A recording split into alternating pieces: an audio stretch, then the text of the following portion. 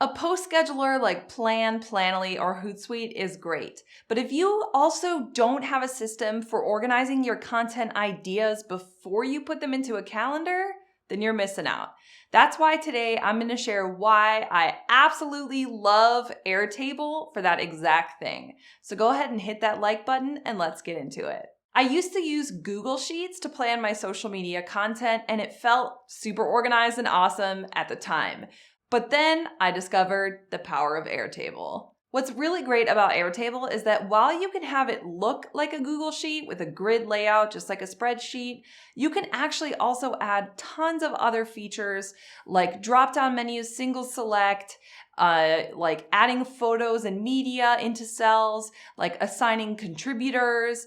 On Google Sheets, it's tough to see everything all at once, and it's really tough to actually get a feel for the bigger picture because if you have a lot of text in a cell, it just takes up a ton of space. It's really not a great place to actually like see the big picture and to organize things. It can get really tedious and challenging. Airtable, on the other hand, is colorful, it's organized. There are multiple ways to view your content. I use Airtable to organize my social media content, my podcasts, my YouTube, my newsletters.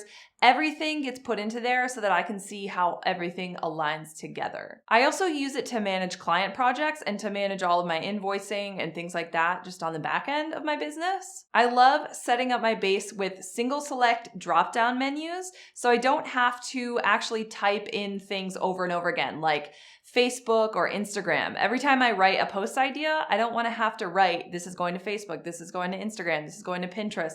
I can just choose it from the drop-down menu and it makes it so much easier. I can set up Airtable to track my progress. So when I move from in progress to scheduled to done on my social media plan, I can actually move those records over and they can group together. So I can see all of the ones that are in progress, all the ones that are scheduled, all the ones that have been finished. I can easily see all my posts that are still in the planning phase without crowding my view with all the other ones that are already done and off my plate. The other great part about Airtable is that you can view your content in multiple different formats. For example, in my content alignment toolkit, I actually have a social media content map, and you can view it in grid mode, in calendar mode, in gallery mode, and in Kanban mode, which is similar to Trello. If you've ever used Trello, it's the post-it method of organizing your tasks. Have you ever tried planning your social media content ahead of time?